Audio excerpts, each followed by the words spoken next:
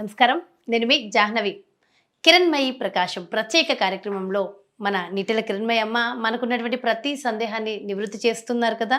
మరి ఈ రోజు ఒక చక్కటి ప్రశ్నని అమ్మ మాటలు అడిగి తెలుసుకుందాం. నమస్తే అమ్మ. నమస్కారం జాహ్నవి. అమ్మ, ఎప్పుడు మేము అడిగే చక్కటి ప్రశ్నలు సమాధానాలు అందిస్తూ ఉంటారు. మా అందరికీ మంచి నాలెడ్జ్ ఇస్తూ మేము ఎలా నడవాలనేది చెప్తూ ఉంటారు.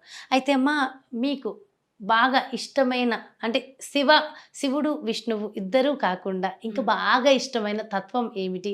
మీకు ఇష్టమైన ఆ తత్వం గురించి ఈరోజు మాకు వివరించండి అమ్మా.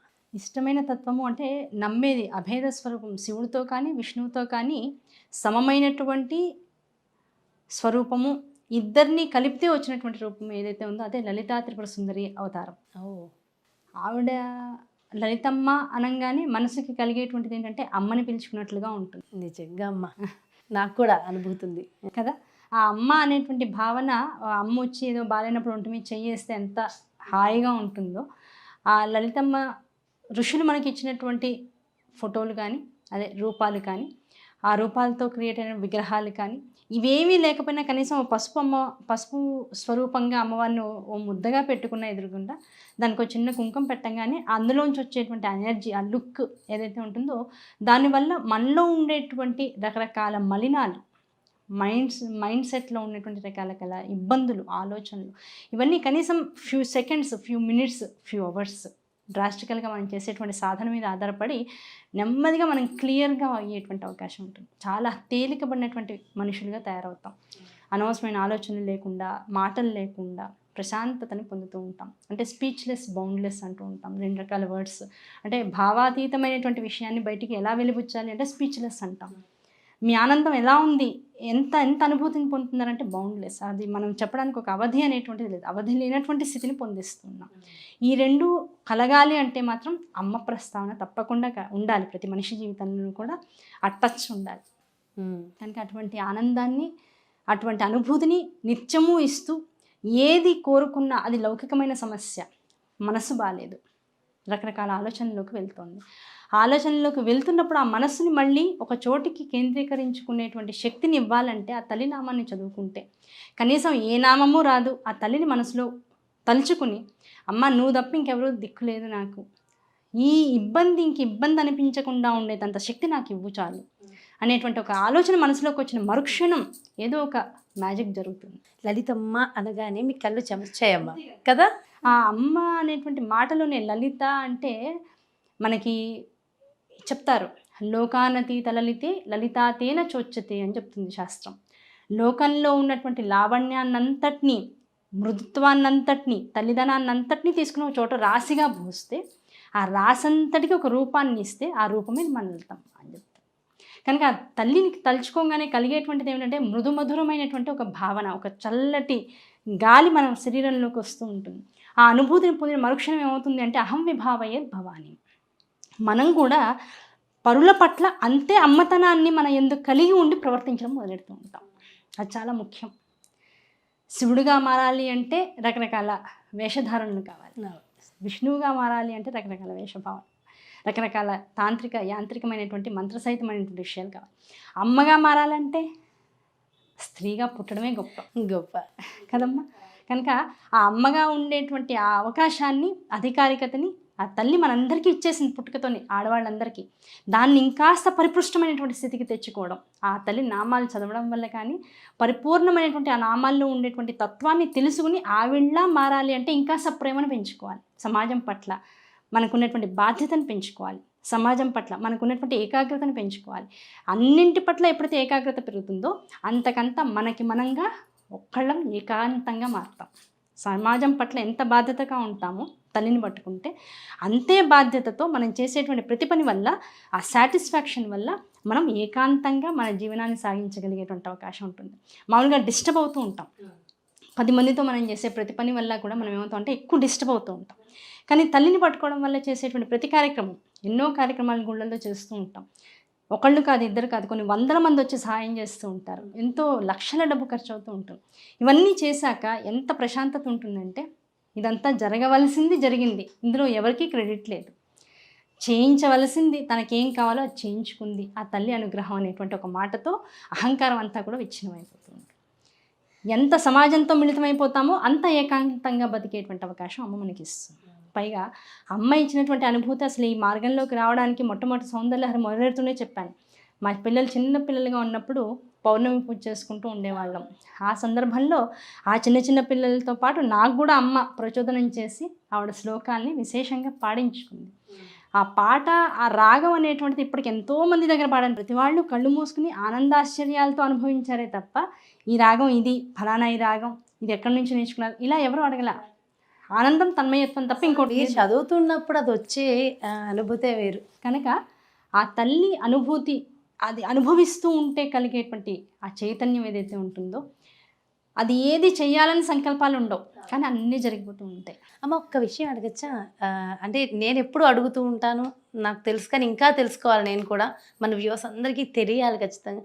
అమ్మ ఈ రోజుల్లో ఆడపిల్లలకు కానీ అబ్బాయిలకు కానీ ఓపిక లేదమ్మా. మీకు ఇంత ఓపిక ఎక్కడి నుంచి వస్తుందమ్మా? ఎన్ని పనులు చేస్తారు, ఇంట్లో మొత్తం చూసుకోవడము, బయట ఆలయంలో చూసుకుంటూ ఉంటారు. మీ ఫ్యాన్స్, మీ అభిమానులు ఎందరూ, మీరు సౌందర్యలహరి కొన్ని వేల మందికి నేర్పిస్తున్నారంటే అది మాటలా అమ్మ? ఇంత ఓపికగా మేము ఉండగలమా? మాకు సాధ్యమేనా? మీకు ఎక్కడి నుంచి వస్తుంది ఎంతో? ఏ పనికి ఆ పని, ఇది నా బాధ్యత, ఇది నేనే చేయాలి, ఇంకెవరు చేయడానికి ఇందులో అవకాశం లేదు, దీన్ని నేను చేస్తేనే బాగా చేయగలనని ఆ పనితో మనం తాదాత్మ్యత పొందేయాలి. వంట నేను చేస్తాను, అది నాకు బర్డెన్ కాదు. నేను తినే అన్నం వల్ల నా ఇంట్లో వాళ్ళందరూ బాగుండాలి అనేటువంటి ఒక వ్యాపకం ఎప్పుడైతే కోరికగా మారిపోతుందో, ఇంకా అన్నం ఇంకా బర్డెన్ అని, బాబా ఇంకా అన్నం ఉండాలా అనే ఫీలింగ్ రాదు. అది చేసిన కొద్ది, మనం ఇష్టమైన పని చేసిన కొద్దీ మనం ఎంత యాక్టివ్గా మారుతాం. సో అదొక పని. దాంతోపాటు సౌందర్యలహరి చెప్పుకోవడం, మిగతా స్తోత్రాదులు 10 మందితో పంచుకుంటూ ఉండడం, అవి నిత్యం పాడుకుంటూ ఉండడం, ఆ మీనింగ్స్ చెప్పుకుంటూ ఉండడం. ఒకసారి ఒక అర్థం వస్తుంది, ఇంకోసారి ఇంకో అర్థం వస్తుంది, ఇంకోసారి చెప్పుకుంటే ఇంకే అర్థం వస్తుందో, అమ్మ ఏం చెప్పిస్తుందో. ఎందుకంటే నాకు నేనుగా ఎప్పుడు కూడా ఒక గురువు దగ్గర కూర్చొని నేర్చుకునేటువంటి విద్య కాదు, అది అమ్మ అనుగ్రహమే. కనుక అది ఎప్పుడు ఏదొచ్చినా కూడా 10 మంది నా ఎదురుకుండా కూర్చొని వింటుంటే వాళ్ళతో పాటు నేను 11 దానిగా వింటూ ఉంటాను. నేను నాలోంచి వచ్చే స్వరాన్ని నేను కూడా వింటూ ఉంటాను. ఆ వినడం ద్వారా ఓకే ఇది ఇంకా బాగుంది, ఇది ఇంకా బాగుందని ఆనందాన్ని పొందుతూ ఉంటాం. ఆనందం వల్ల ఏమవుతుందంటే ఆ పని పట్ల, ఆ జరిగేటువంటి విషయం పట్ల ఇంకాస్త ఆసక్తి పెరుగుతుంది. సో మనం చేసేటువంటి పని మీద మనకి శ్రద్ధ కన్నా ఆసక్తి పెరగాలి, ఇష్టంగా చేయగలగాలి. ఆ ఇష్టంగా చేస్తే ఏ పని, ఎంత పని అయినా చేస్తూ. సో ప్రతి ఒక్కరికి మీరు ఇచ్చే సందేశం ఏంటి అంటే ఇదేనా? ఇష్టంగా చేయండి, ఇది నేనే చేయాలి అనేటువంటి ఇష్టంతో చేస్తే ఆ పనులు మనకి ఎప్పుడు బర్డెన్ కాదు. అవును, అందుకేనమ్మా ప్యాషన్ ఉన్న పని చేస్తే సక్సెస్ రేట్ ఎక్కువ ఉంటుంది. అంతే, ప్యాషన్ ఉన్న పని మాత్రమే చేసి మిగతా వాటిని చేయని వాళ్ళు ఎక్కువైపోయారు. ఇప్పుడు కొత్త నిర్వచనం వచ్చింది ప్రపంచంలో, ఓసిడి. నాకు బాగా ఓసిడి అంటారు. ఏమిటి ఓసిడి అంటే? అసహ్యంగా ఉన్న దేన్ని నేను అసలు దేన్ని టచ్ చేయను, నేను దూరంగా ఉంటాను. అసహ్యంగా ఉన్న దేన్ని పట్టించుకోవడం ఓసిడి కాదు. అసహ్యంగా ఉన్నదాన్ని, అపరిశుభ్రంగా ఉన్నదాన్ని కూడా బాగుండేటట్లుగా చేసుకోవడం ఓసిడి యాక్చువల్గా. సో ఓసిడి మీనింగే మార్చేసారు. అంతే కదమ్మా. ఇప్పుడు నాకు ఏది నచ్చదు, అన్నీ నేను తుడుచుకుంటాను అంటే అర్థం ఏమిటి? తుడవకుండా ఉన్నటువంటి పదార్థాన్ని, వస్తువును, దేన్ని చూసినా సరే, బాగోలేనటువంటి ఒక బాత్రూమ్ని చూసాం, ఎవరింటికైనా వెళ్ళాం, ఓకేనా? నా కూతురింటికి వెళ్ళా, ఆ రోజు ఎందుకో బాత్రూమ్ కాస్త బాగాలేదు, నాకు నిజంగా ఓసిడి అనుకుందాం, నేను ఇమీడియట్గా బాత్రూమ్ బాగు చేయాలంతే. అది నాకు ఓసిడి అంటే అసలు మీనింగ్. నాకు బాగా తినడం వచ్చు అంటే అర్థం ఏమిటి? నేను బాగా వండుతానని అర్థం. వండగలిగిన వాడే తినే అర్హతను కలిగి, బాగు చేసుకోగలిగిన వాడికి బాగుండాలి అనే కోరిక అధికంగా ఉండాలి, అంతే తప్ప 10 మందితో చేసుకుని బాగుండాలని కోరుకోవడం శాడిజం అవుతుంది. Yes or no? కనుక ఏ పనైనా సరే నువ్వు దానిలో నిష్ణాతుడు కానీ, దాన్ని ఇష్టంగా చేయగలిగేటువంటి స్థితిని కానీ పొందాలి అంటే దాన్ని ముందు నువ్వు మొదలెట్టు, నువ్వు చెయ్యి, దాన్ని అనుభవిస్తూ చేయి, ఆనందంగా చేయి, ఇష్టపడుతూ చేయి. అబ్బో ఇది ఏమవుతుందో, ఇది ఎలా అవుతుందో, ఇది సరిగా అవుతుందో లేదో, ఇన్ని డౌట్స్ నీలో ఉంటే అది అలాగే అవుతుంది. ఇది అమ్మవారు చేయిస్తుంది, నేను చేసేది కాదు అనే పరిపూర్ణమైన నమ్మకం నీకుంటే 24 గంటల్లో నువ్వు చేసే కుటుంబ వ్యవహారాలైనా సరే, సామాజిక వ్యవహారాలైనా సరే, ఇంకా ఈ మరెన్ని రకాలైన పనులైనా సరే, అవి ఎలా జరగాలో కాల నిర్ణయం ప్రకారంగా జరుగుతూ పోతాయి. అన్నీ మన కళ్ళకి, మన మనసుకి ఆనందాన్ని ఇస్తాయి తప్ప బాధను మాత్రం. ఓకే, సో ఇది ఖచ్చితంగా ఈ తరం యువత ప్రతి ఒక్కరు నేర్చుకోవాలి. మానసికమైనటువంటి పరిణతి, దీన్నే మనం ఇప్పుడు రకరకాల కోర్సులు ఇస్తున్నారు. అవును, మెంటల్ బ్యాలెన్సింగ్ కోర్సెస్, ఇలాంటివన్నీ పర్సనాలిటీ డెవలప్మెంట్ కోర్సెస్. ఇవి ఎక్కడి నుంచి రావమ్మా? ఒకటి చెప్తే వచ్చేది కాదు, మనం డెవలప్ చేసుకోవాలి, మనల్ని డెవలప్ చేసుకోవాలి. అంతెందుకు మనం కాళ్ళకి వేసుకునే చెప్పులు ఎక్కడికైనా వెళ్తే, ఇంటికి వెళ్తే ఫైనల్గా వదిలేసేసి వెళ్ళిపోతాం. శ్రద్ధగా కాళ్ళకి ఉన్న చెప్పులు విడిచి ఎడం చేత్తోనో, నీ కుడి చేత్తో పట్టుకోవడం ఇష్టం లేకపోతే కనీసం ఎడం చేత్తోనో పట్టుకుని దాని ఒక ప్రత్యేకమైన స్థానం నీట్గా పెట్టి లోపలికి వెళ్ళే వాళ్ళు ఎంతమంది ఉన్నారు ఈ రోజు? దాని మీద శ్రద్ధ లేని వాళ్ళు మిగతా పనులన్నీ నేను శ్రద్ధగా చేస్తాను అంటే మనం నమ్మక్కర్లేదు. ఇంటిని హాయిగా చూసుకోలేకపోయిన వాడు తిట్టుకుంటూ అబ్బాయి వాడు కూడా ఇలాగే ఉంది, వాడు కూడా ఇలాగే ఉంది, నా జీవితం మారదా, ఇంతేనా, నా ఇల్లు ఇంతేనా, నేను ఇంతేనా, గుడ్డు చాకరీనేనా అనుకున్న వాడి జీవితంలో ఎప్పుడు కూడా పైకి రాడు. ముందు దాన్ని ఎంజాయ్ చేయడం. అదే పురాతన మన వాళ్ళు పెద్దవాళ్ళు చెప్తుంటాం, ఇంట గెలిచి ముందు మనల్ని మనం గెలవాలి. సో ఇంట్లో ఉన్న వాళ్ళని గెలవాలి, తర్వాత బయట ఆటోమేటిక్గా ఆటోమేటిక్గా వస్తుంది. దీనంతటికీ దేనివల్ల మనం ఇన్స్పైర్ అవ్వాలి అంటే, తల్లి లలితా సహస్రనామాల్లో మొట్టమొదటి నామం నుంచి చెప్పింది, శ్రీమాత శ్రీ మహారాజ్ని శ్రీమత్ సింహాసనేశ్వరి చిదగ్నికుండ సంభూత దేవకార్య సముజ్జత. అమ్మగా ఉంది, అందరినీ ఏలేటువంటి తల్లిగా ఉంది, అందరిలో ఉండేటువంటి చెడుని స్వీకరించేటువంటి లయకర్తగా కూడా ఉంది. మంచిని పెంపొందిస్తుంది, మంచిని ఏలుతుంది, ఆ మంచి లేనటువంటి చోటని తనలోకి స్వీకరించేసి బాగు చేస్తూ ఉంటుంది. ఈ 3 గుణాలు ఉన్నటువంటి తల్లి కనుకనే చిదగ్ని కుండంలోంచి బయటకు వచ్చింది, ఎన్నో ఉన్న నిప్పుల్లోంచి బయటకు వచ్చింది తల్లి. మనం ఇప్పుడు ఉన్నటువంటి చిన్న చిన్న కష్టాలని నిప్పులు అనుకుంటున్నాం, అందులోంచి బయటకు వచ్చే ప్రయత్నం చేయి, వదిలించేసుకోకు. వాటిని అనుభవించే కష్టాన్ని కష్టం కాదనుకునే స్థితి నీలో ఎప్పుడైతే వస్తుందో అప్పుడు నువ్వు అమ్మవారితో సమానం అయిపోయినట్లే ఈ రోజుల్లో.